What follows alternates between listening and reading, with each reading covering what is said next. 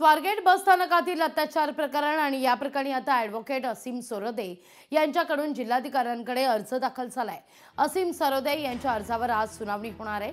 स्वारगेट अत्याचार प्रकरणामध्ये महिलेची बदनामी करणारं वक्तव्य आणि बातम्या येत असल्यानं यांच्यावर बंदी घालावी असा अर्ज असीम सरोदे यांच्याकडून पुण्याचे जिल्हाधिकारी राजेंद्र डुडी यांच्याकडे केला होता। या संदर्भात असीम सरोदे यांनी कोर्टात अर्ज केला आणि अर्ज फेटाळत न्यायालयाने या संदर्भात सूचना देण्याचे अधिकार जिल्हाधिकाऱ्यांकडे असल्याचं निरीक्षण नोंदवलेलं होतं। आता त्याच आधारे सरोदे यांनी जिल्हाधिकाऱ्यांकडे अर्ज केलाय, ज्यावर सुनावणी आज अपेक्षित आहे।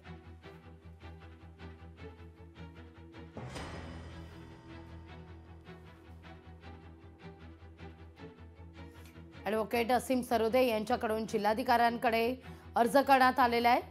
स्वारगेट बस स्थानकातील अत्याचार प्रकरण अधिक माहिती घेऊया आपले प्रतिनिधी अमोल धर्माधिकारी यांच्याकडून। अमोल, किती वाजता या सुनावणीला सुरुवात होईल?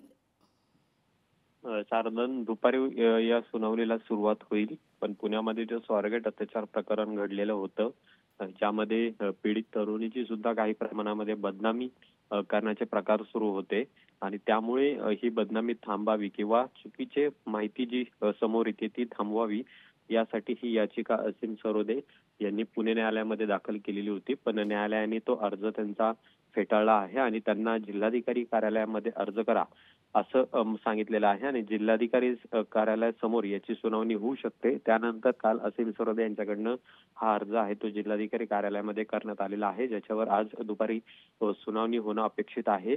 महत्त्वाचा मुद्दा हा आहे की पीडित तरुणीची जी बदनामी सध्या सोशल मीडियावर किंवा इतर माध्यमातून केली जाते ती थांबवावी अशा पद्धतीची मागणी आहे ती या याचिकेमध्ये केलेली आहे आणि त्या दरम्यान आज जिल्हाधिकारी स्वतः ही सुनावणी घेत असताना काही महत्त्वाची सूचना यामध्ये देणार का हे सुद्धा पाहणं महत्त्वाचं आहे। पण पीडित तरुणीची बदनामी थांबवावी यासाठी असीम सरोदे आणि वसंत मोरे यांनी हा अर्ज पुणे न्यायालयामध्ये दाखल केलेला होता, जो आता पुणे जिल्हाधिकारी कार्यालयामध्ये सुद्धा त्यांनी दाखल केलेला आहे। अमोल, धन्यवाद तुम्ही दिलेल्या या माहिती करता। लोकशाही मराठी ऐका, पहा, जागरूक रहा।